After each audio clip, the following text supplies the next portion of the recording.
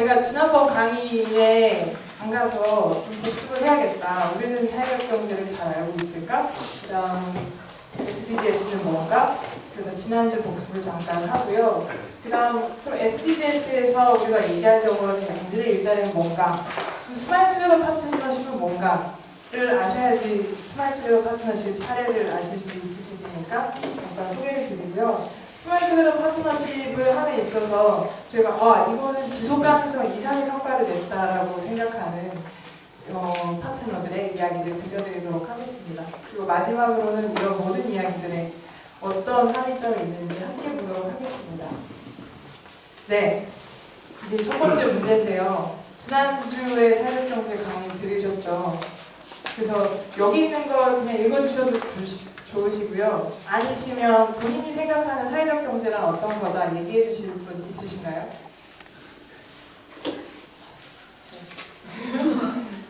제가 읽을까요? 네, 같이 읽는 것도 좋겠습니다. 첫 번째 문장만 읽을게요. 사회적 경제는 인간의 중요성, 협력과 연대, 평등, 공동체의 공존, 이익에 동한 분배 원칙 등의 가치에 의해 작동하면서 재화와 서비스를 생산하는 경제倫理와 조직을 구축. 네, 이게 사회적 경제입니다. 네. 그래서 이 형태로 사회적 기업과 협동조합, 다양한 운영 주체들이 있고 이것들의 목표는 개인과 공동체의 기본적인 욕구의 제공의 평등과 공평성, 사회 안전, 지역 경제 개발, 사회적 보호, 생계 발자국 강소 등이 있다고 합니다. 네. 조금 복습이 되셨나요? 네. 저 완전 떨고 있는 거 느껴지시죠? 네, 많이 들어주세요. 그리고 또 한 가지. 지속 가능 발전 목표에 대해서 배우셨을 텐데 기억나시나요? 저희가 잘 알고 있는 건 17개다. 그 다음 162개의 세부 목표가 있다. 이 정도 알고 계시죠? 거기에 함의되어 있는 가치들을 보게 되면 보편성, 변화, 포괄성, 평등, 차별. 이거 막연히 사회적 경제가 얘기하는 가치랑 좀 겹치는 게 있겠네. 그리고 맨 끝에 어느 누구도 소외시키지 않는다 라는 SDGs의 캐치프레이즈가 사회적 경제랑 좀 붙이겠는데 이런 생각 드시나요? 네, 이 정도까지 저희가 복습하고 다음으로 넘어가도록 하겠습니다. 그렇다면 저희가 말하는 좋은 일자리란 뭔가? SDGs 8번이죠. 이 8번이란 건 뭘까요? 저희 이렇게 외웠는데 여러분들 이렇게 외우셨어요? 나는 가난해요. 배가 고파서 아프기도 하고 아세요? 1번 가난합니다. 2번 배가 고파요. 3번 그래서 아픕니다. 5번 4번 뭘까요? 교육 5번 뭘까요? 성에 대한 인지도 없습니다. 성차별 뭔지 모릅니다. 그래서 6번 그래서 물 한 잔 마시고 칙수 7번 에너지를 내서 힘을 내서 8번 일을 하러 갑니다. 이렇게 8번입니다. 8번에서 얘기하는 것은 지속 가능한, 지속적인, 포용적인 경제 성장을 얘기하고 있고요. 그 다음 완전, 생산적 고용, 그 다음 모두를 위한 좋은 일자리들을 얘기하고 있습니다.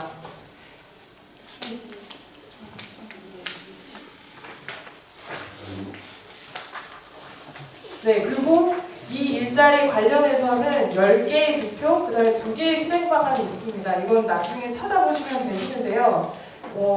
여기 중에서 저희가 4가지 정도는 STP 안에 이미 들어가 있는 개념들이고요. 한 가지 STP가 지금 못 따라가고 있다고 생각하는 건 공부가 가치 산업을 통해서 노동 생산성을 높인다. 이 부분은 저희가 STP라는 그랜트 사업으로 함께하고 있지 못하는 요소 중에 하나입니다. 네, STP는 어떤 부분에 그럼 신경을 쓰냐? 국가적 상황에 맞춘 개인소득 창출, 그 다음에 괜찮은 일자리 창출, 그 다음에 기업 활동을 통해서 소규모 기업을 창업하고 지원하는 역할을 합니다. 그리고 각각의 사회적 기업이나 비영리단체의 노동권을 중요시하고 있고요. 마지막으로 지역 맥락에 맞는 서비스나 상품을 개발해서 부가가치를 창출하는 일을 STP가 하고 있습니다. 네, 더 자세히 알고 싶으시면 이 자료를 찾아보시면 될 것 같아요. 이거 KCOC에서 나눠주셨던 것 같은데 저는 이걸 보고 공부했습니다. 아까 외운 거.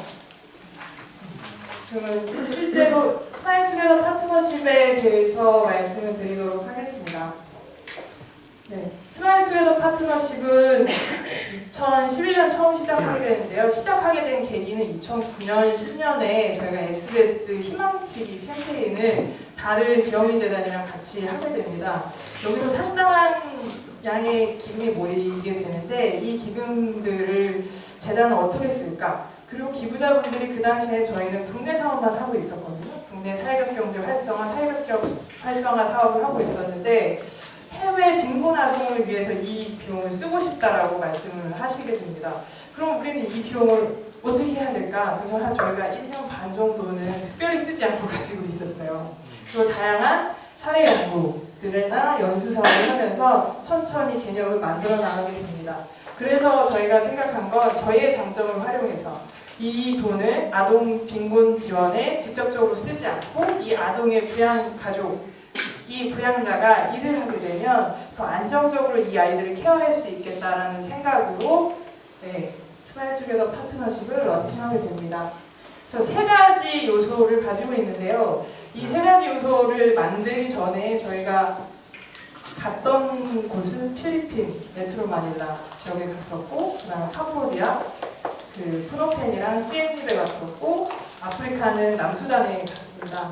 그렇게 하면서 가장 많이 겪은 게 수도에는 자원이 엄청 많더라고요. 그리고 사람 수에 따라서 되게 많이 모여있고. 그래서 저희가 지원하는 프로젝트는 지역에 기반해서 이 사람이 이 일을 하기 위해서 지역을 벗어나서 가정을 해체하고 나올 필요가 없는 사업을 지원해야겠다. 이게 바로 도시의 집중을 막고 환경오염도 궁극적으로 막을 수 있겠다. 이런 생각이 들었고요. 두 번째는 많은 해외 NGO가 어떤 사업을 하고 엑시트하면서 그 후에 남는 것이 없는 거예요. 왜냐하면 그 사업을 이끌어가는 주체는 그 개발 NGO였으니까요. 적어도 이 프로젝트를 하는 동안은 지역의 리더십을 양성할 수 있는 프로젝트여야겠다. 세 번째는 사회문화 환경적으로 지속 가능하고 비즈니스 아이템이 재정적으로 지속 가능해야겠다. 이런 세 가지 원칙으로 STP를 선발하게 됩니다. 선발하게 되면 구체적인 저희 지원 사항은 첫 번째 3만 불에서 5만 불 1년 단위로 3년간 지원하게 됩니다. 그리고 비재정적인 지원으로는 컨설팅 서비스, 마케팅 지원, 그 다음에 무형의 자원 연계. 그러니까 한국에서 주로 엮어질 수 있는 자원들을 연계를 해줍니다. 그 다음 마지막 세 번째는 저희가 6년차, 올해 7년차에 접어들면서 이제 3년 지원기간이 끝난 분들도, 기업들도 많이 있으세요. 이런 기관이나 지금 처음 시작하시는 기관이나 사실 출장을 가신다거나 아니면 장기적으로 재정적 지속 가능성을 위해서 쓸 비용들이 필요한데 이런 비용들은 사실 사업비에서 내시기 어렵거든요. 그래서 연 2,000불을 재정적 지속 가능성 향상에 쓰이시도록 지원하게 됩니다. 이게 바로 테퓨리 에버에서 프로젝트입니다. 네, 그럼 어떤 사업을 지원하냐를 잠깐 보시게 되는데 사회적 기업도 상관없으시고 비영리도 상관없으십니다. 그래서 비영리인데 수익 사업을 통해서 본인 자체 재정의 한 40~50% 정도 충당해보겠다 이런 분들도 있기는 하시고요. 저희가 이게 빈곤아동 지원기금으로 생성이 된 거기 때문에 일정 포션 정도는 아동에게 직접 지원될 수 있도록 연대를 해드립니다. 그리고 저희 어떤 운영 주체를 가지게 되냐면 저희가 많은 실험을 해봤지만 그 개발도상국에서 지속성을 가지고 꾸준히 해나가기 위해서는 적어도 개발도상국 현장에 등록되어 있는 단체를 중심으로 운영해야겠다라는 생각을 가지고 컨소시엄으로는 이 사업을 지원하실 수가 없습니다. 네, 이렇게 해서 STP가 어떤 성과들을 냈냐 2011년과 2000부터 16년을 보시게 되면 저희가 많은 거 여쭤보시면 맨날 보고서 부탁드리고 그러면 싫으시잖아요. 그래서 최소화해서 엄청 고민한 지표들입니다. 첫 번째는 매출액을 묻게 되는데요. 사실 수익을 묻게 되면 순수익 순수익이 더 좋은 것 같잖아요. 그렇지만 순수익은 잘 포장하실 수 있으십니다. 왜냐하면 뭐 모기감이 대단해서 지원하는 기금을 합쳐서 순수익이 많게 보이게 할 수도 있고요. 아니면 이 기금만으로 운영하시고 영업수익을 넣으시면 사실 순수익이 적게 보이거든요. 그렇기 때문에 저희는 매출만 보게 되고요. 또 한 가지 이유는 이 매출을 하실 때 과정도 저희는 중요하다고 생각하는데 수익을 되게 집중하시다 보면 과정상의 비용 효율성을 위해서 줄이시는 것도 되게 많게 되시거든요. 그런 것들을 최소화하기 위해서 매출을 보고 순수익은 보지 않습니다. 그 다음 고용 숫자를 보고 이 고용된 사람의 가족과 아동 숫자를 셉니다. 그 다음 그 지역 컨텍스트에 맞게 평균 연봉을 받고 있으신지 체크를 하고요. 그 다음에 저희가 직접 지원 기금이 드리기 때문에 아동 직접 지원은 어떤 방식으로 얼마나 하고 계신지 이걸 여쭙습니다. 다른 것들은 지역에서 이제 부수적으로 하시는 활동들인데요. 지역 관련해서 지역에 기여하는 프로젝트를 얼마나 하셨는지, 아니면 지역 청년 리더십을 키우기 위해서 어떤 액티비티 하셨는지, 그다음 이 외에 부수적으로 의도하지 않았는데 직업 연계가 어떻게 됐는지 이런 것들을 묻습니다. 파트너 기간은 전에는 여쭸었는데요. 이게 별로 실효성이 없으시더라고요. 그냥 다 쓰시면 쓰시기 나름이라서 파트너 기관과의 결합 정도를 여기서 나타낼 수 없는 한 유의미한 데이터가 아니라고 생각해서 더 적게 받고 있습니다. 그렇게 해서 저희가 6년 동안 1,400여 개 정도의 일자리를 창출했는데요. 저희가 매년 한 50만 불 정도 쓰고 있습니다. 그걸 6년으로 하면 300만 불? 네, 300만 불 좀 사실 안 되는 돈이라서 30억 정도라고 생각하시면 되실 거예요. 그 돈을 1,400 이렇게 나눠보시면 한 일자리당 2,200불 정도 저희가 들여서 일자리를 창출했다라고 저희는 보고 있고요. 그 다음 청년 리더십 관련한 활동 아니면 직업훈련한 숫자 19,000개, 그 다음 저희가 직접 지원한 아동 숫자 26,000, 이런 것들을 다 더해보면 51,000개의 미소를 만들어냈다라고 저희는 얘기합니다. 상당히 자의적일 수도 있죠. 질문 엄청 많이 준비하시고 계시죠? 질문 적극 반영해서 저희가 다음 프로그램에 잘 반영하도록 하겠습니다. 현재는 12개의 나라에 나가 있죠. 22개 프로젝트를 지원했거나 지원하고 있는 상황입니다. 그럼 이런 기관들이 어떤 임팩트를 내는지 또 궁금하실 텐데요. 2개를 제가 갖고 와봤어요. 제가 드린 브로셔를 보시면 각각 좀 사례가 짧게 나와 있고 사진도 나와 있을 텐데 거기를 좀 참고해 주시면 되겠습니다. 첫 번째 사례는 사파오차오라는 베트남 북부의 몽족 여성이 운영하는 트레킹 전문 여행사입니다. 2013년에 저희 처음 문을 두드렸을 때 제가 여기 그냥 세일즈 인크리스라고 했는데 한 17만 불 정도 되는, 한 2억 정도 되는 매출을 가지고 있었고요. 19명을 가이드로 고용을 하고 있었습니다.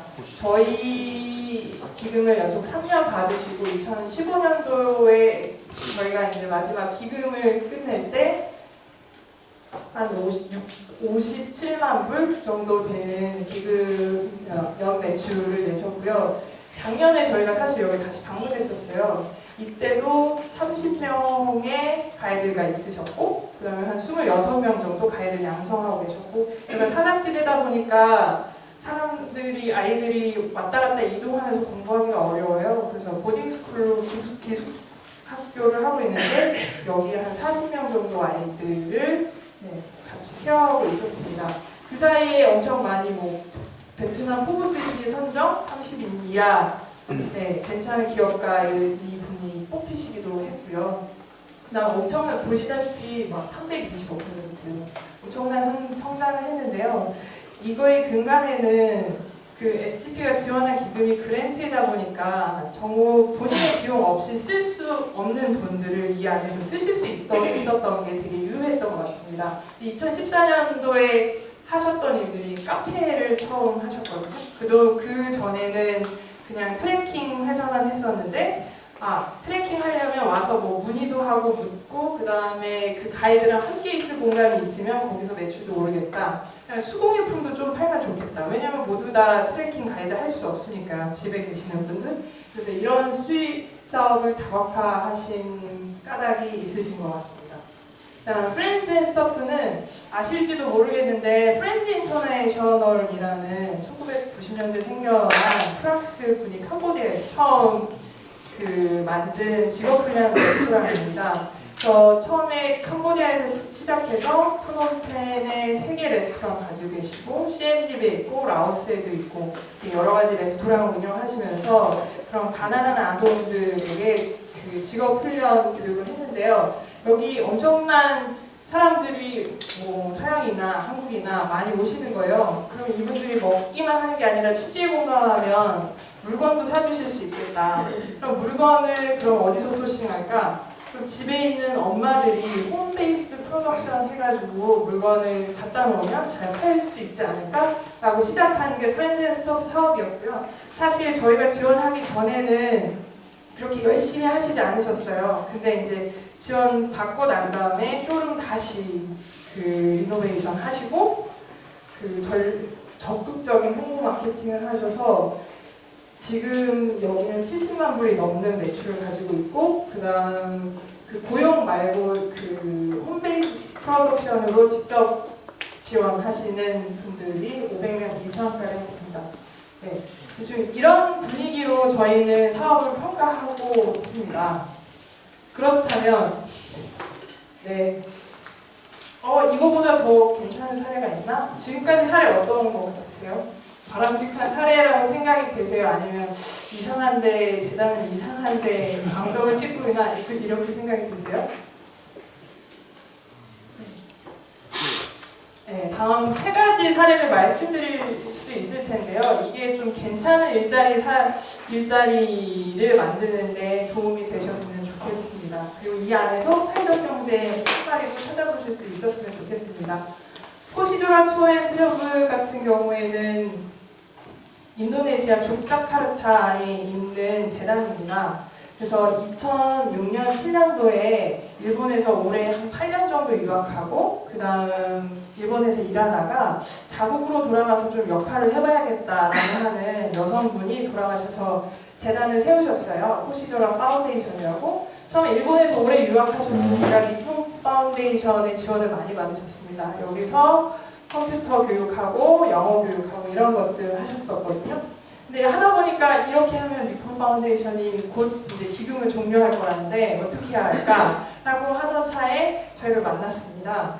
그래서 얘기하신 건 작년에 우리가 이 사업 해봤는데 많이 돌아보니까 일주일짜리 발런티어리즘 사업을 한번 한 적이 있다. 그래서 인도네시아 자국민이었는데 일주일 동안 머물고 가서 이 사람들이 낸 매출이 3,000불이다. 여기서 가능성을 봤다. 그래서 우리를 지원해주면 여행사를 차리겠다라고 하셨어요. 그래서 지원을 하게 되는데요. 사실 여행 비즈니스라는 게 여기서 지원 원하셨던 건 뭐냐면 항공권 발권, 그 다음에 투어 가능한 투어리즘 센터를 짓겠다라고 하셨거든요. 근데 항공권 발권이나 숙박 같은 경우에는 되게 가격에 민감한 부분이잖아요. 그래서 이렇게 소규모로 발권기를 끊고서 여기서 사업에 성공할 수 있을까? 라고 생각을 했는데 어쨌든 하시겠다라고 하고 대표님이 아주 신뢰가 갔기 때문에 지원을 하게 되었습니다. 그렇게 해서 하신 게 마을 사람들 모아서 지금 관광에 필요한 초기 인프라를 깔게 되고요. 커뮤니티 센터로 만들게 됩니다. 그리고 이 지역 가까이에 보로부드루 사원이 있습니다. 그래서 책임 관광을 하고 책임 관광 했더니 2000년도에는 이 사람들이 관광을 하니까 배가 고파서 먹을 걸 찾거나 그래서 레스토랑을 만들었다. 그리고 지역에 레스토랑을 만들게 됩니다. 그래서 이분이 생각을 하신 거예요. 그럼 이 지역에 와서 꼭 먹어야 되는 게 제가 처음 실상했을 때만 해도 없었거든요. 근데 갑자기 인쿵자와라는 튀김닭 요리가 여기 전통 요리라고 이렇게 설명을 하면서 관광객들한테 이게 선풍적인 인기를 끌었습니다. 그래서 총 이 커뮤니티 센터에서 하는 거 외에도 8개 추가적으로 레스토랑이 이 안에 생기게 됩니다. 보시면 처음에 우리가 이 정도 돈은 벌 수 있겠다라고 한 게 4만 8천 불이었는데 첫 해는 엄청 더 잘하셨어요. 그래서 7만 4천 불 되시고 나중에 지속적으로 성장하게 되는데 이 근간에는 아까 말씀드렸던 레스토랑 사업이 있고 레스토랑 사업 하게 되면 사실 재료도 돼야 되잖아요. 그리고 로컬 레스토랑인데 로컬 재료를 써야 되니까 그럼 식자재를 공급하는 사람들 이런 사람들까지 다 엮다 보니까 49개의 일자리를 창출하게 되었고요. 여기가 280가구가 사는 마을입니다. 칼라키조라는 마을이 여기에서 49명이 이 비즈니스를 함께하고 있다는 건 엄청난 일이죠. 네, 그럼 이렇게 된 이유는 뭘까라고 봤을 때 지금 이게 커뮤니티 게더링 하는 모습인데 이런 방식도 있고 아주 소규모도 있습니다. 여기가 워낙 호시조라 파운데이션으로 1년에 한 1000명씩 장학금을 지원하는 기관이기 때문에 장학금 때문에도 모이고 그 다음에 마을의 커뮤니티 비즈니스가 잘 되면서 월간 회의는 6명, 그러니까 마을 대표만 한다. 그 다음 한 30명 정도 모이는 회의는 단규 회의 그 다음에 연말 회의 이런 것들을 해서 마을에서 생각하는 것들을 지속적으로 반영하고 네, 함께하는 것들이 이 투어리즘의 가장 큰 핵심 요소가 되었던 것 같습니다.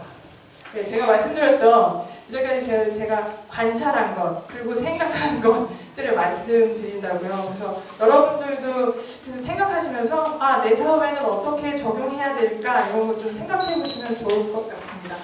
네, 두 번째는 카자흐스탄 알마티, 알마티의 옛 수도거든요. 지금은 다른 곳이 수도고 알마티에 있는 20년 된 장애인 기관이에요. 엘다니 체리티 파운데이션에서 운영하는 엘다니 핸드메이드 카페에 대한 소개를 드리겠습니다. 카자흐스탄 잘 아시는 분도 계실 텐데 여기 중앙아시아에서 사업하시는 분이 제 앞에 딱 앉아 계셔가지고 카자흐스탄이 못 사는 나라, 아예 못 사는 나라는 아니에요. 그래서 밖에 보면 뒤에 C에 보면 상위소득국에 해당하게 되거든요. 그래서 평균 소득이 월 500불에서 1000불 사이신 것 같아요. 그리고 여기 장기 집권 체제에 있어요. 지금 한 대통령은 한 26년 막 이렇게 하고 있다라고 얘기를 들었고, 그다음에 석유가 나지만 석유 유가에 따라서 나라 경제가 엄청 휘청합니다. 그래서 재작년 같은 경우에는 경제 위기가 있어서 탱게와 환율이 2배. 처음에는 1달러에 170탱게였는데 340탱게까지 올라가는 엄청 경제 불안정을 가지고 있는 나라입니다. 이런 나라에서 20년 동안 장애인 관련한 사업을 했었는데요. 여기도 생각해보니까 완전 어린이 장애인은 아니거든요. 청소년, 청년기 장애인에 대한 수업이랑 핸드메이드 워크숍을 하게 되는데 이분들이 사실 갈 데가 없는 거예요. 졸업이란 게 없대요. 본인이 어느 날 안 나올 때까지 나오지 말라고 얘기를 못 한대요. 왜냐하면 가면 할 게 없다라는 걸 아니까. 그래서 이런 데서 뭘 할 수 있을까라고 생각을 하다가 저희한테 얘기한 건 우리 카페를 차려봐야겠다. 그래서 개발도상국에서 장애인 인식이 더 안 좋잖아요. 그래서 일반인과 장애인이 함께 만날 수 있는 프로그램을 하는 카페를 차려서 사람들도 오게 하고 그 다음에 어느 행사에 캐터링도 할 수 있는 기반도 만들고 그 다음 여기 만든 것들이 핸드메이드 하는 것들이거든요. 그 다음에 핸드메이드 한 것도 팔고 직접 워크숍도 장애인이 진행해오겠다라는 야심찬 계획으로 연 매출을 30만 불 계획을 잡으셔가지고 저희한테 냈습니다. 이게 그 결론인데요. 첫 해에는 심지어 연락도 두절되셨어요. 저희가 막 이 기본 3만 불에서 5만 불이라고 말씀드렸잖아요. 근데 1,700불 버신 거예요. 그리고 고용은 7분이고 나머지는 다 모르겠다 이렇게 되셨고, 그래서 여기는 사업을 종료해야 할까. 사실 파트너십을 하게 되면 저희한테도 엄청 부담이거든요. 왜냐하면 힘들게 뽑고 우리가 여기가 맞다라고 생각해서 했는데 이건 저희의 결정에 반하는 행동이잖아요.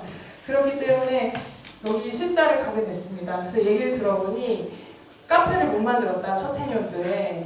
왜냐하면 경제 위기가 있어서 워낙 카페 매장은 STP 자금으로 하려고 했고 외부의 건물 대여랑 인테리어는 집기만 STP 걸로 사고 인테리어는 건설회사에서 받으려고 했는데 건설회사가 내년에 해주기로 했다. 못했다는 거예요. 그래서 못했고 본인도 눈이 아파서 러시아에 가서 수술을 받으셨다고 하시더라고요. 그래서 하는데 기회를 한 번 더 주면 진짜 잘하겠다. 그리고 나머지 영수증이 다 맞으셨어요. 네.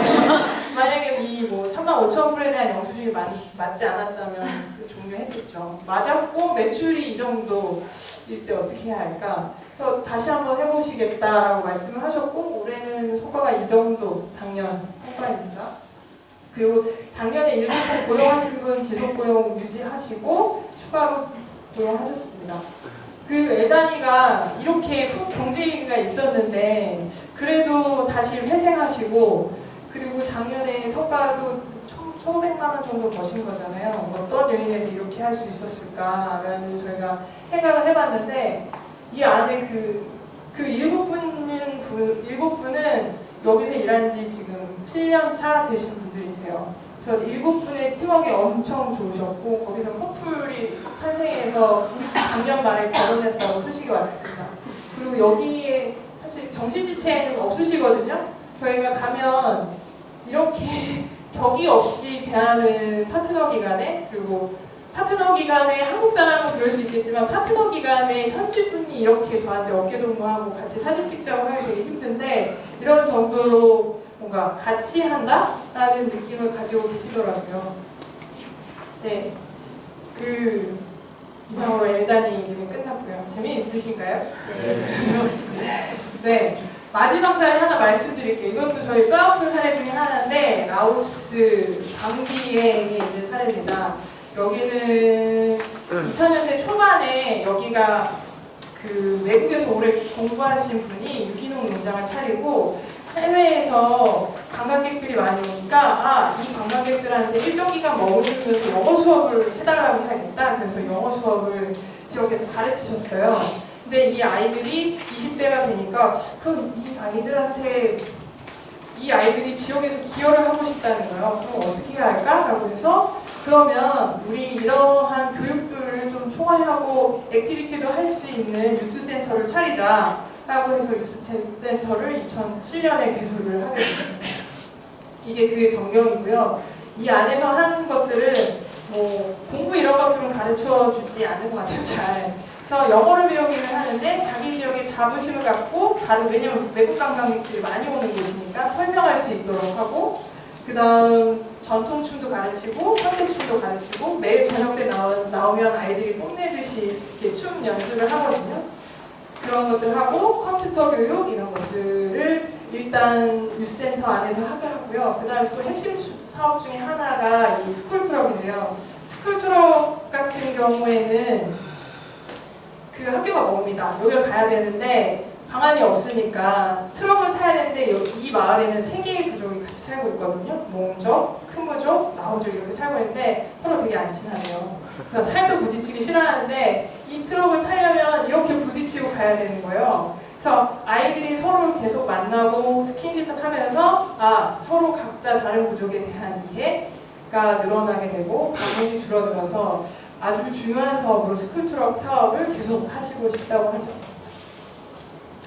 네, 이렇게 하려면 여기에서 1억에서 1억 5천 정도 유스센터를 운영하는 비용이 드는데 이 비용을 어떻게 충당할 건가 라는 게 여기 엄청난 고민이었거든요. 그러면서 기존에 우리가 잘하는 게 외국 사람들 모아서 워크캠프도 할 수도 있고 춤 가르쳐주는 거 아니면 자수하는 거 이런 것들과 음료를 엮어서 팔면 좋겠다. 그래서 커뮤니티 센터 안에 이렇게 카페를 차리자. 여기 보시면 여기 공터거든요. 여기 공터에 카페를 차리게 됩니다. 이게 잘 됐을까요? 잘 됐을 것 같으세요? 여기 첫 해년도에 500불 벌었고요.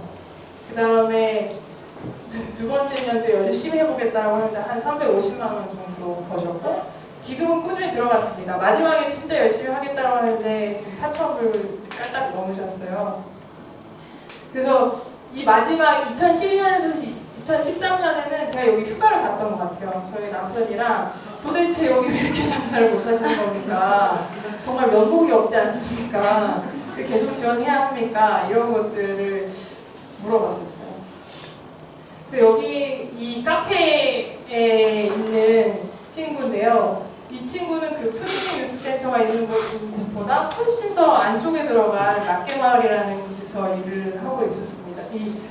아빠랑 같이 소 키우면서 농사 짓고 있다가 카페에서 사람을 구한다는 소식을 듣고 온 거예요. 그래서 이 친구가 자기 커피도 한 번도 안 마셔봤고, 그리고 커피가 무슨 맛인지도 모르는데 사람들이 커피를 와서 사 마시고, 그때 이 사람의 기분은 어땠을까?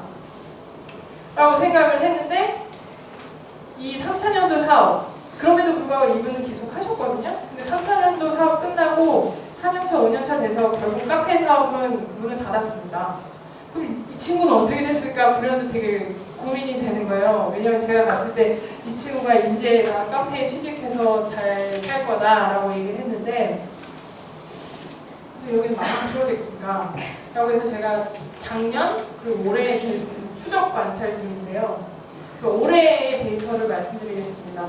현재 9명의 직원들이 푸딩넥 뉴스센터에서 일을 하고 있고, 그 다음에 뭐 뉴스센터에서 일하지 않더라도 비슷한 업종에서 NGO나 아니면 지역사회에 기여하는 조직에서 일하는 친구들이 주변에 많이 있고, 처음 저희 STP 지원했을 때는 1인당 월급이 80불 정도였거든요. 근데 지금은 100불에서 250불. 그러니까 처음부터 있었던 친구들은 250불을 받는답니다. 그렇게 됐고, 아까 그 깨오라는 친구는 카페 매니저 졸업하고 낙해마을에 들어가서 이 친구도 커뮤니티 센터의 프로그램 코디네이터가 된 거예요. 그래서 다른 친구들을 가르쳐주고 있다고 합니다.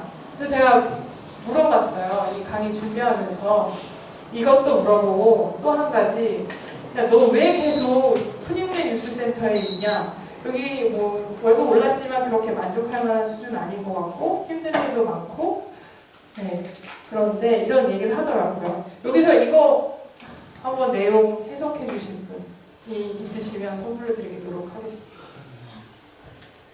네, 하나만.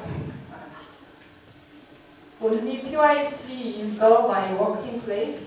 It's convenient for look after and go and take. 무슨 말인지 아시겠죠? 문법은 많이 틀립니다. It's nearly my family and people know me well that I am not owner, but I'm working at PYC for a long time. 이게 여기서 계속 일하는 이유라고 했습니다. 그 다음 이런 얘기도 해요. 이거 해석해 주실 분 없으세요? 없으시면 선물 2개는 제가 가지는 거예요. PIC is not the World Fund or financial organization to support the communities, but many communities need PIC to support them. 여러 가지 생각을 하죠. 그 다음에 very simple working with same generation, 이런 얘기도 있었고요. 여기 PIC give me many things that more that I expected. I've learned many things from PYC than other places. 이게 아까 그 깨우가 저한테 보낸 메시지거든요. 무슨 말인지는 아시겠죠? 근데 이 친구가 처음 제가 만났을 때는 정말 알파벳을 공부하고 있는 친구였는데 이걸 페이스북 메시지로 보내다니 엄청나죠? 이런 것들. 그리고 we have many friends in Laos abroad. 마지막 거 읽을게요. Some of our staff think that a part-time job, such as wonderful and variously experienced to working with PYC. 이런 얘기를 했습니다. 네, 마지막 여기에 함의가 남았는데요. 시간이 몇 분만. 제가 찾은 겁니다. 여러분이 더 찾으실 수도 있으실 것 같아요. 이 비욘드 서스테이너빌리티 레벨에 있는 세 파트너는 도대체 어떤가? 기버웨이 프로그램 없습니다. 근데 뭐 이게 사회적 기업고 꼭 비즈니스 해야 된다는 얘기는 아니고요. 어떤 것들을 주면 어떤 것들은 본인이 기여해야 한다는 것들을 명확히 알고 있고 그걸 클리어하게 합니다. 그 두 번째는 교통연수인데요. 그 지금 봤던 세기관의 코어 스태프는 첫 번째 호시조라 파운데이션 같은 경우에는 2007년 생겨서 3명이 지금까지 함께 하고 있고요. 그 다음 두 번째 엘다니 같은 경우에는 7명이 지금 7년 이상 같이 오고 있고요. 이 분들이 모두 장애인이시고, 그 다음 세 번째가 푸딩뱅이었죠. 푸딩뱅은 2명의 스텝이 10년 이상 된 스텝입니다. 그리고 깨요 마지막에 보신 스태프도 지금은 5년이 된 거고요. 그다음 마지막 세 번째 요소는 같이 일하고 사는 메커니즘이 있는 것 같아요. 이거를 설명하는데 뭔가 사회적 경제를 잘 쓰면 좋겠다고 생각을 했어요. 근데 사회적 경제를 뭐라고 말해야 할지 모르겠는 것만큼 이 같이 사는 메커니즘이 뭘까? 라는 걸 잘 모르겠어서 사진으로 담아봤습니다. 첫 번째는 자수하는 친구들, 푸딩뱅 센터에 있는 친구들인데요. 엄청 싸워요. 이게 생산량만큼 본인이 돈을 가져가는 시스템이래요. 근데 아직도 그때도 했고 지금도 했고 10년 넘게 이 친구들은 계속 자수를 같이 점심에 같이 밥 먹고 아까 지어줬던 커뮤니티 센터에서 같이 자수를 놓고 있습니다. 두 번째는 이 결혼한 커플. 세 번째는 사실 오기 파트너인데요. 고엘 커뮤니티라고 캄보디아 딱 깨어 있습니다. 여기는 일하시면서 애 보고 일하시면서 생활하고 그다음 할머니 할아버지도 같이 부양하고 있어요. 그래서 엄청 대가족인데 일을 하시면서 되게 좋아하시더라고요. 이거는 사기 여기에는 안 나왔는데 네팔 지구촌 공생입니다. 여기서는 어떤 일을 하게 되냐면 그 재봉 사업을 하는데 재봉 사업 하는 동안 아이를 누가 볼 거냐 맡길 데가 없는데 그래서 그 타가족까지 같이 운영하고 있는 모습입니다. 이런 것들이 사람들이 중요하게 생각하는 게 아닐까? 이래서 근속하는 게 아닐까? 아까 얘기했던 우리 집이랑 가깝고 내가 여기 오래 일한 거 누구도 나는 알고 있어. 그리고 그 자원을 활용할 수 있어. 이런 것들이 사람들한테 좋은 일에 중요하게 작용하지 않았을까라는 생각입니다. 네, 이것들을 또 다시 한번 정리해보면 내일 사람들을 만나고 맛있는 걸 함께 나눠 먹고 그냥 자기가 생활에 있어서 안정감을 느껴서 규칙적으로 일하고 쉬게 되고 이게 좋은 일이 아닐까. 그럼 이 좋은 일은 세상에 어떤 작용을 할까라고 생각을 해보면 다른 사람들을 이해하고 배려하게 됩니다. 그리고 나도 더 좋은 사람이 되고 싶게 하고 심지어는 내가 있는 커뮤니티에 기여하고 싶다는 생각이 하나같이 들게 되는 것 같더라고요. 결국 아까 교수님이 얘기하신 거랑 되게 비슷한 맥락인 것 같아요. 한국에서 고민하는 것과 해외에서 고민하는 것, 개발도상국에서 고민하는 게 다르지 않은 것 같습니다. 저희도 요즘에 뭐 좋은 일인가? 이거 공정한 노동인가? 이런 것들 엄청 고민하고 있잖아요. 해외에서도 어떤 좋은 일이라고 생각할 때 이게 내 삶에 중요한 것들, 삶을 영위하는 것들을 이끌어가게 해주는가? 그리고 이게 내가 이 플래닛은 너무 벅차고 우리 커뮤니티에 조금 기여하는 삶인가? 이게 내가 확신이 되나? 이런 것들을 생각하고 있는 것 같습니다. 네. 그러면 저희가 사회적 경제로 좀 돌아와서 사회적 경제랑 그러면 개발협력 무슨 상관이야? 이제 개발협력이랑 좋은 일자리는 좀 감이 온 것 같아 라고 생각하면 저희가 여전히 신경 써야 될 그룹들이 있는 것 같습니다. 첫 번째, 원주민, 이제 경제적인 소외를 받는 원주민. 두 번째, 이주노동자, 법적 테두리 밖에 있고. 세 번째, 여성. 이런 것들 하는데 답이 먼저 나와요. 제가 이거 애니메이션이 약해가지고 마지막에 나왔는데 네. 결국은 비공식 영역에 있는 워커들, 노동자들을 어떻게 볼 것인가라고 하는데요. 이 사람들을 굳이 공식 영역으로 집어넣어야 되나? 아니면 이 사람은 비공식 영역에 내가 일하고 있어서 매일 내가 친구들이랑 자수해가지고 그거 팔리는 대로 돈 받아서 이 사람들은 행복하지 않을까? 사실 행복하지 않았으면 10년 이상 그거 안 했을 거거든요. 그렇게 봤을 때 우리가 해야 할 부분은 이 비공식 영역의 노동자들을 어떻게 케어를 해야 할까 싶은데 그걸 담아내는 이 사람들이 비공식 영역에 있으면서도 행복할 수 있는 이유가 사회적 경제에 있는 게 아닌가 싶습니다. 그래서 사회적 경제가 얘기하는 거 생각하시면 공정함, 그 다음에 자급자족, 그 다음에 민주적 거버넌스, 연대 이런 것들 생각하시잖아요. 이런 것들이 발현되는 게 협동조합이 될 수도 있고 사회적 기업이 될 수도 있고 심지어 공용경제가 될 수도 있고 기본소득이 될 수도 있겠습니다. 네, 여기까지입니다. 마지막으로 한 말씀을 드릴게요. 제가 계속 해외에 다니면서 생각할 때 이런 파트너들이 나중에 보니까 매력적이더라라고 생각했거든요. 근데 요즘에는 저는 직장에서 이런 사람인가, 이렇게 역할하고 있나 되게 의문을 가지고 그렇게 해나가려고 하고 있는데요. 첫 번째는 제가 매력적이라고 생각했던 애는 여기 우리 거야 라고 하는 사람이 아니라 나 여기 살고 여기에 내가 속해 있다라고 얘기하는 파트너, 그리고 우리 좀 도와줘 라고 하는 것보다 야 우리랑 같이 해보자 라고 하는 파트너. 세 번째는 야 우리 아직 한 거 없어, 그리고 숫자로 보면 아주 미미하거든.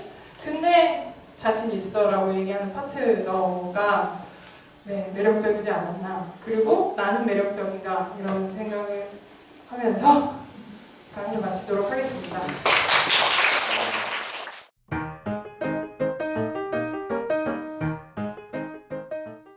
장태혁 교수님께 질문은요, SDGs에서 말한 생산적인 일자리, 노동의 생산성과 관련이 있을 것 같은데, 생산성을 높이거나 생산성에 주목하게 되면 양질의 일자리는 못 만들지 않을까요? 라는 질문이 있었습니다. 관련해서 좀 어떻게 생각하시는지.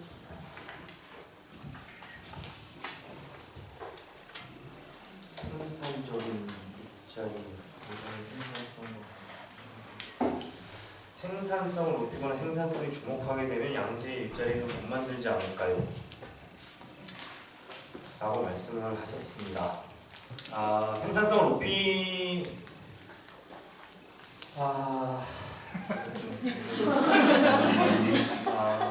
자, 생산성을 높인다고 하면은 생산성을 높이는 데는 여러 가지 방법이 있습니다.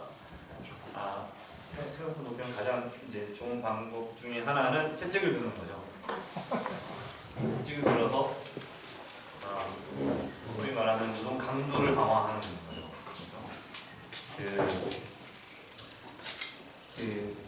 자본주의 발전의 과정이 생산성 향상의 과정이었죠.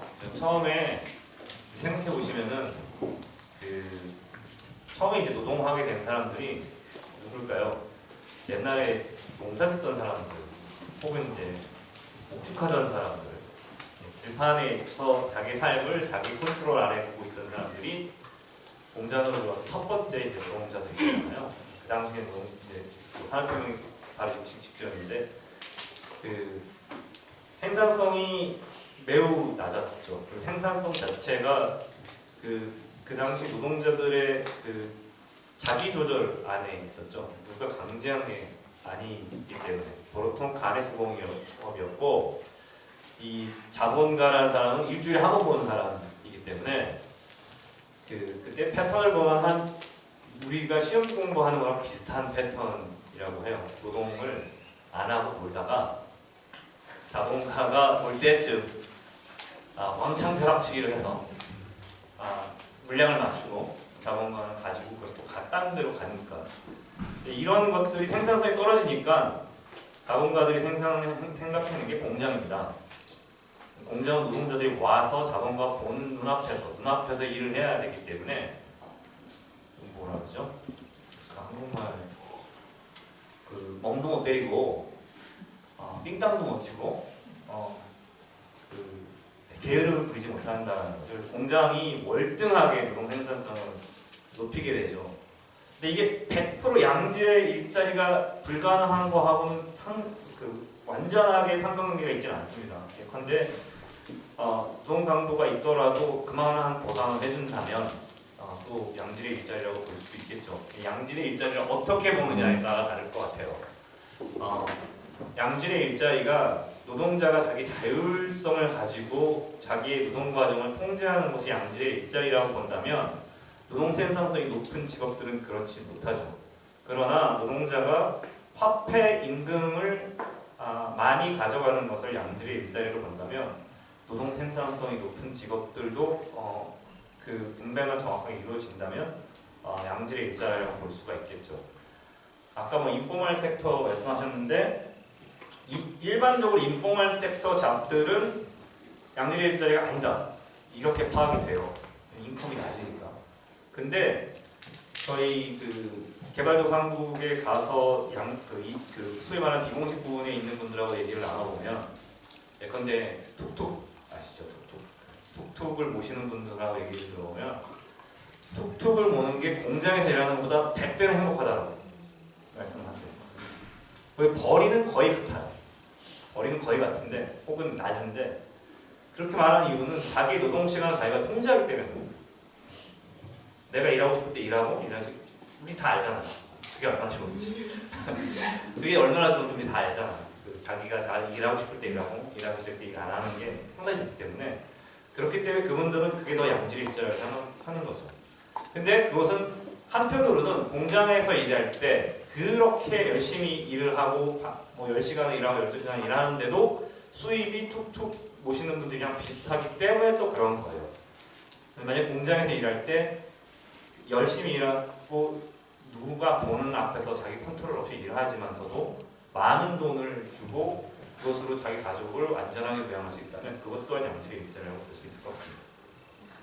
그 비슷한 질문은 아니지만 그런 비공식적인 부분에 대해서 좀 질문이 있었는데 그 모든 부분을 시장화라는 신자유주의 쪽 관점에서 사회적 경제도 그동안 뭐 비시장적인 부분, 뭐 비공식적인 부분에 대한 시장화일까요? 라고 질문을 해주셨는데 일정 부분 답해 주시기도 했지만 네, 간단하게 1분 만에 말씀해 주신다면 예, 1분 만에 말하면 그럴 수도 있고 안 그럴 수도 있습니다. 사회적 경제라는 게 여러 가지가 있잖아요. 예컨대 협동조합이다. 협동조합이 늘어나는 것은 비시장 부분의 시장화는 아니죠. 네, 사회적 기업 아까 주로 이제 말씀하시는 것들이 사회적 기업이 소셜 엔터프라이즈잖아요. 그래서 제가 들으면서 소셜 엔터프라이즈에 생각을 해봤는데 소셜 엔터프라이즈라는 게 제일 재미있는 게 이것이 작게 존재할 때 전체 사회 경제 활동에서 차지하는 부분이 크지 않을 때는 사회적 기업은 일종의 이윤 창출 시장의 부수적인 역할을 수행하면서 대안이 될 수 있겠으나 근데 사회적 기업들이 너무 많아진다면 그것은 사회적 기업들이 생산하는 상품을 사야 되는 사람들이 늘어나야 된다는 걸 뜻하고 그러면 그걸 사기 위해서 화폐 임금을 받기 위해서 일해야 된다는 걸 뜻하기 때문에 결국적으로 사회적 기업들이 너무 커지면 그것은 시장화가 맞다라고 저는 생각을 해요.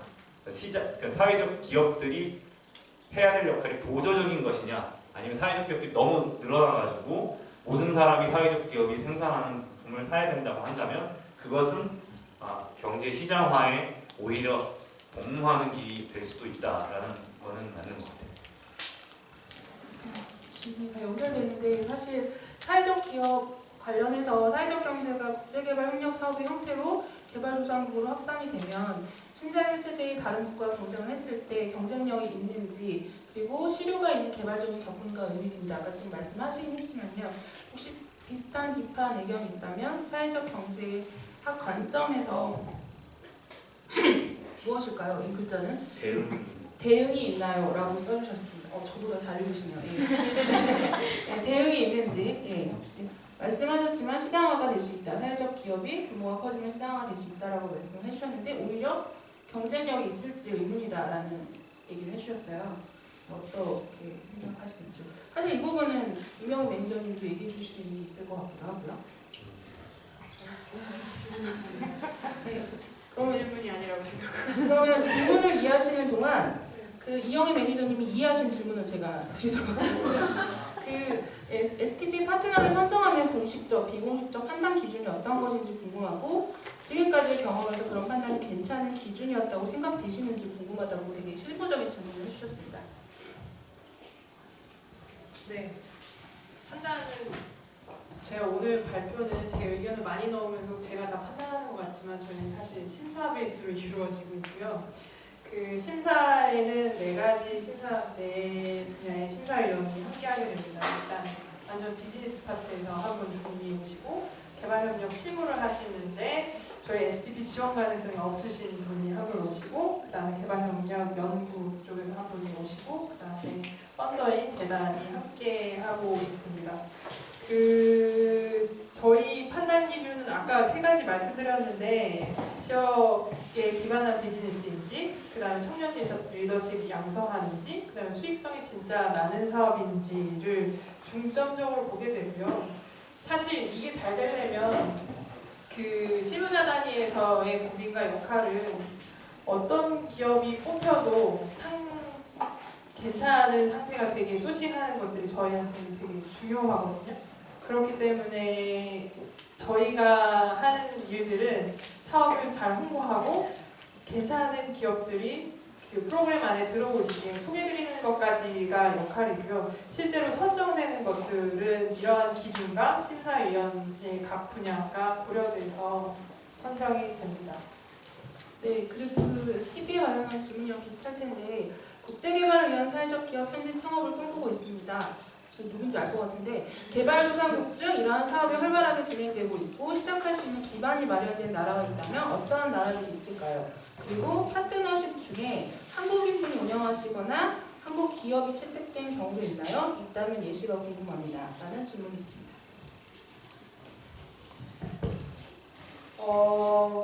첫 번째 질문에 대해서는 본인이 사실 수 있는 나라를 선택하시는 게 가장 중요하신 것 같아요. 나가시기 전에 국내에서 경험이 상당히 중요한 것 같거든요. 국내에서 어떤 고민과 그다음에 어떤 역할을 하셨는데 이거를 외부에도 좀 확장해보고 싶다라고 해서 이제 나가시면 가장 베스트가 되겠고요. 나가면 본인한테 궁합이 맞는 나라가 있으세요. 여기 있는 살만하다. 적어도 진짜 평생까지는 아니지만 한 20-30년은 내가 거뜬히 여기서 살 수 있겠다 라는 생각이 드는 나라를 가지고 생각하기 힘드시거든요. 그걸 기준으로 생각을 하시면 좋을 것 같고요. 한국인이 있는 기업들이 있습니다. 지금 오늘 오셨는데 두 기관 있으시죠?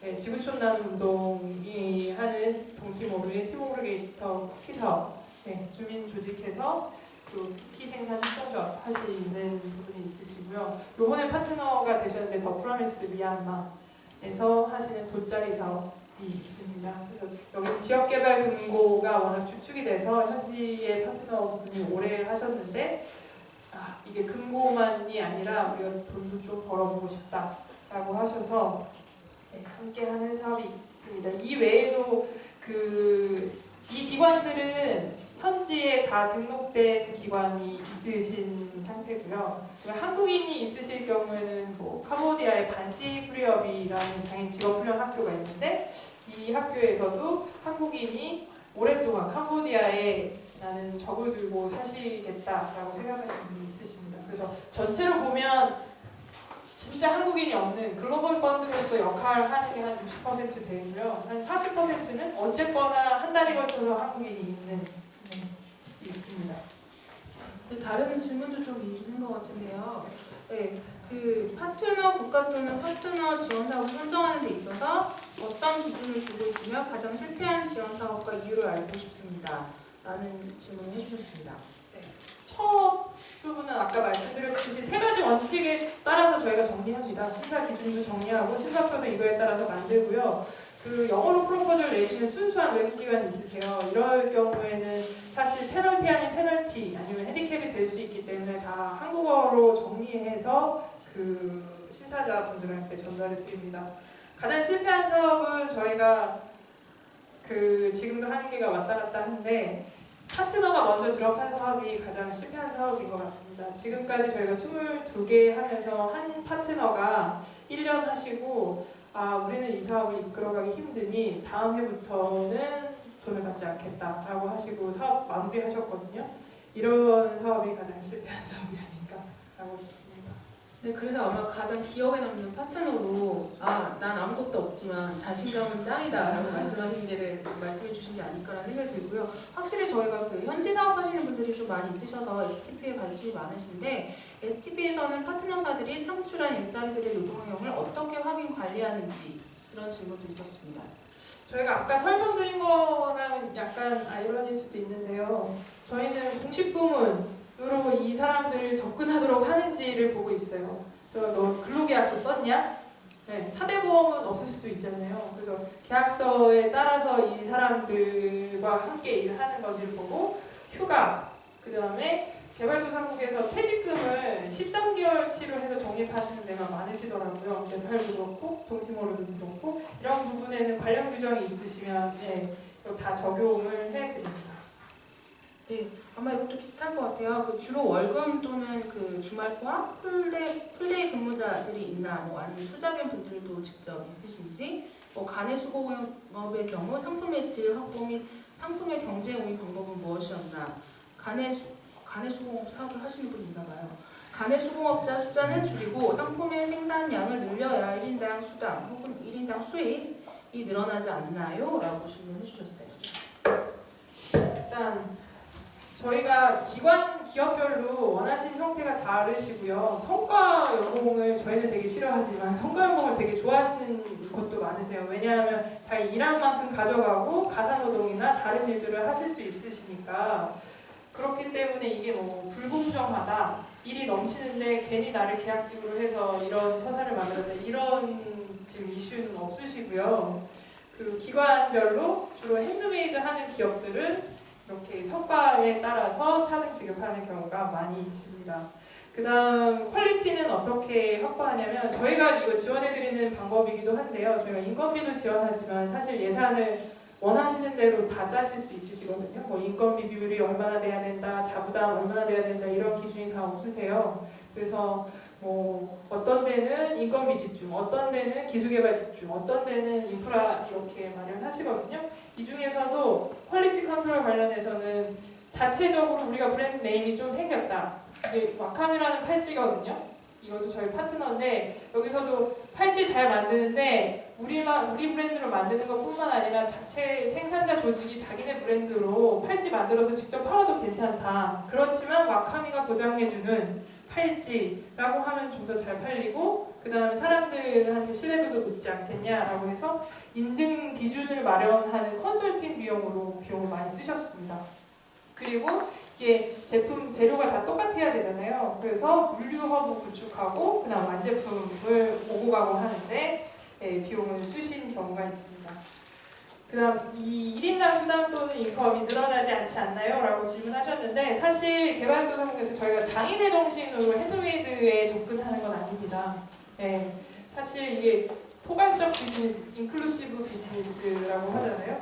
그렇기 때문에 1인당 수당은 어느 정도 정해져 있고 그 안에서 약간의 인센티브로 이거를 1m 짜면 1불을 줄 수도 있고 1.5불을 줄 수도 있고 이 정도지 그 차가 엄청 크진 않습니다.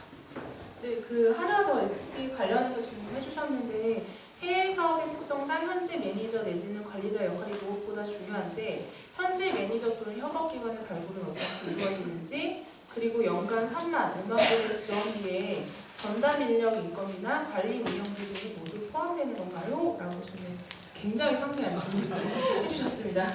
이 두 번째 질문 먼저 말씀드릴게요. 이거는 본인이 짜시기 나름인데 예산표를 보면 이분이 사업 운영을 하시려고 하시는지 아니면 개발협력 사업을 우리 펀드로 하시겠다라고 하는지 다 보이게 되거든요. 그렇기 때문에 저희는 아까 말씀드렸듯이 수익 사업하는 것들, 재정적 지속 가능성을 담보하는 사업이기 때문에 자부담을 강제하지 않더라도 자부담이 당연히 들어갈 수밖에 없는 사업입니다. 그런 부분에서 판가름이 되시고요. 저희한테는 강제 조건은 없습니다. 그 다음 현지 매니저랑 협업기관인데 저희가 지금 12개 나라에 22개 프로젝트를 하기 때문에 사실상 아시아에는 웬만큼 네트워크가 많이 있으세요. 이거는 파트너 사회적 기업도 그렇고 중간 지원체도 있기 때문에 하시게 되면 저희가 실사 때 그 기관만 방문하는 게 아니라 그 기관의 수혜자 그룹도 방문하게 되고 파트너 기관을 1개 이상 방문하게 되거든요. 이런 식으로 하면서 어느 정도 기준이 되는지 그리고 얼마나 지역에 잘 인베디드 되어 있어서 사업을 하는지 이런 것들 확인하게 됩니다.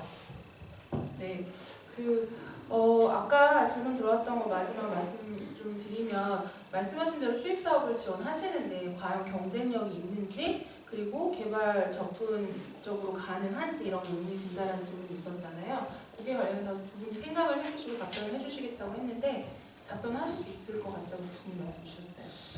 사회적 경제와 국제개발 협력의 형태로 개발 등록으로 확산이 되면 신자유주의 체제의 다른 국가와 경쟁을 하였을 때 경쟁력이 있는지 실효가 있는 개발 접근인지 의문이 듭니다. 사회적 경제가 국제관계로 개발되고 확산이 됐는데 신자유주의 지의 다른 국가하고 경쟁을 한다라는 설정 자체가 이게 안 되는 설정이죠. 다른 시장을 만드는 거죠. 사회적 경제, 사회적 기업이 들어갔을 때는 다른 시장을 만들어서 경쟁을 하는 것이지. 왜냐하면 그 시장 자체가 착취와 이윤이라는 거를 전제로 하는 시장에서 만약에 사회적 기업이 들어가서 부딪혔다고 한다면 그건 불을 보듯 뻔한 결과가 나오죠. 100전 100패입니다. 다른 종류의 시장을 만들어서 그 시장을 보존하는 것이 사회적 경제가 하는 일이죠. 예컨대 예를 들어서 뭐 캄보디아의 의류 산업을 예컨대 지속 가능한 의류 산업을 만들었다고 치죠. 그래서 공장을 세워서 노동자들이 착취를 당하지 않고 아주 좋은 환경에서 티셔츠를 생산한다고 치면 이 티셔츠를 가지고 예컨대 캄보디아 의류 시장에서 메이드 인 방글라데시 티셔츠하고 붙었을 때 그것은 불을 보듯 뻔한 겁니다. 이건 지는 거예요. 왜냐하면 방글라데시에서는 노동자들의 재생산 비용 이하로 임금을 떨어뜨릴 수 있고 무한정으로 가격을 떨어뜨릴 수 있기 때문에 그 시장에서는 사회적 경제가 이길 가능성이 없는 거죠. 그렇게 되면 그렇게 해서 아까 제가 말씀드린 게 사회적 경제가 홀로 갈 수 있을 것이냐, 방글라데시 노동자들이 빈곤선 이하로의 임금을 받는 상태를 방치해 놓고는 사회적 경제 확장될 수 없다라는 거죠. 그래서 그것이 같이 가야 된다는 얘기죠. 만약에 방글라데시에 있는 공장주들이 티셔츠 가격을 무한정으로 떨어뜨릴 수 없을 때야만 그러한 경쟁도 가능해지는 것이죠. 지금은 굉장히 요원한 일이기 때문에 지금 생각하는 사회적 경제라는 건 그것과는 약간 다른 종류의 시장을 형성하는 것이죠. 에디셔널 마켓이라고 보는 것이 오히려 낫겠죠. 에티컬 마켓이라고 하는 그 마켓은 굉장히 다른 마켓이거든요. 거기에 만약에 근데 그런 의류 공장에서 캄보디아의 어떤 디슨 의류 공장에서 자라에 납품하거나 프라이머에 납품하는 그런 티셔츠를 만든다고 했을 때는 그거는 경쟁이 되지 않는 부분인 거죠.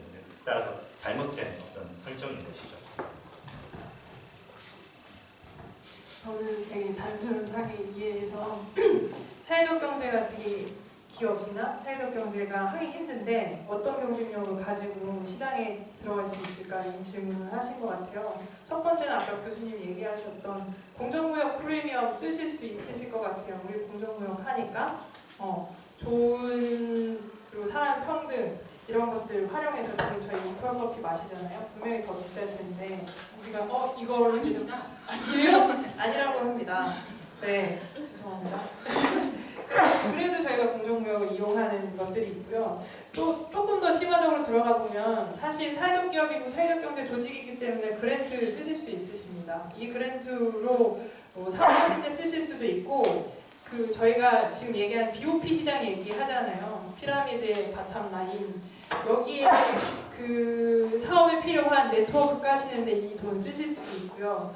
비누 필요하다고 교육 사업 하셔가지고 비누 잘 팔리게 그 시장을 조성하시는데 쓰실 수 있으시거든요. 이런 것들은 사회경제 조직의 프리미엄인 것 같고요. 마지막으로는 정 안 되면 그 가격을 보조해주는 제도가 있습니다. 그래서 이게 너네 전자레인지가 필요해. 근데 100만 원짜리 못 사. 그러면 50만 원은 네가 내면 나머지 50만 원은 전자레인지라고 해서 죄송해요. 태양열 스토브라고 하죠. 태양열 스토브를 나머지 50은 우리가 다른 데서 매칭해 줄게. 이런 식으로 하게 되면 사실 상대적으로 잘 살 수 있게 되시잖아요. 이런 것들을 기회로 활용해 보시면 좋을 것 같습니다. 네, 그 두 분이 되게 질문에 답을 잘 해주셨는데요. 저희도 공정력 자체다 보니까 사실 이런 부분에 고민이 많아요. 그래서 보면 저희가 공정력에 대해서 얘기할 때도 지금 기존 불균형한 무역 구조에서 소외된 혹은 아닌 기존 시장에서 소외된 생산자들과 함께 일한다는 얘기를 굉장히 많이 하거든요. 그래서 아까 교수님이 말씀해 주신 대로 저희들 처음에 시작했을 때는 대한무역이라는 표현을 되게 많이 썼어요. 그러니까 기존의 무역과는 다른 무역 방식으로 생산자들과 거래한다. 그러니까 기존에 있는 시장이 아닌 다른 시장을 만들어낸다라는 부분에 굉장히 초점을 맞춰서 시작을 했고요. 말씀하신 대로 그게 이제 사회적 경제 영역이 아닌가라는 생각을 합니다. 다만 그 경제에서도 저희 그 우종매에서도 메인스트리밍이라고 시장에서 굉장히 많이 활동하고 있는 기업이나 혹은 단체들도 이런 공정력의 거래 방식으로 거래를 해야 된다고 계속해서 촉구하고 있어요. 그렇다면 이 부분은 언젠가는 시장의 주류가 될 수도 있겠다라는 판단을 하고 있습니다. 그때는 대한경제는 사회적 경제라는 말을 쓰지 않아도 되지 않을까라는 생각을 해봅니다. 네, 두 분이 되게 긴 시간 발표와 또 질문 많이 이제 답변해 주셨는데요. 혹시 진짜 오늘 질문 못하면 안 될 것 같다라는 분이 이 늦은 시간 있으실까요? 네, 없으시다면 저희 어떻게 두 분 혹시 꼭 오늘 해야 되겠다라는 말씀 마지막으로 있으신가요? 네, 이제 모두가 합의된 걸로 그러면 해서 이 강의 다 마치도록 하겠습니다. 네, 그리고 한 가지 저희 두 분께 되게 박수 부탁드립니다.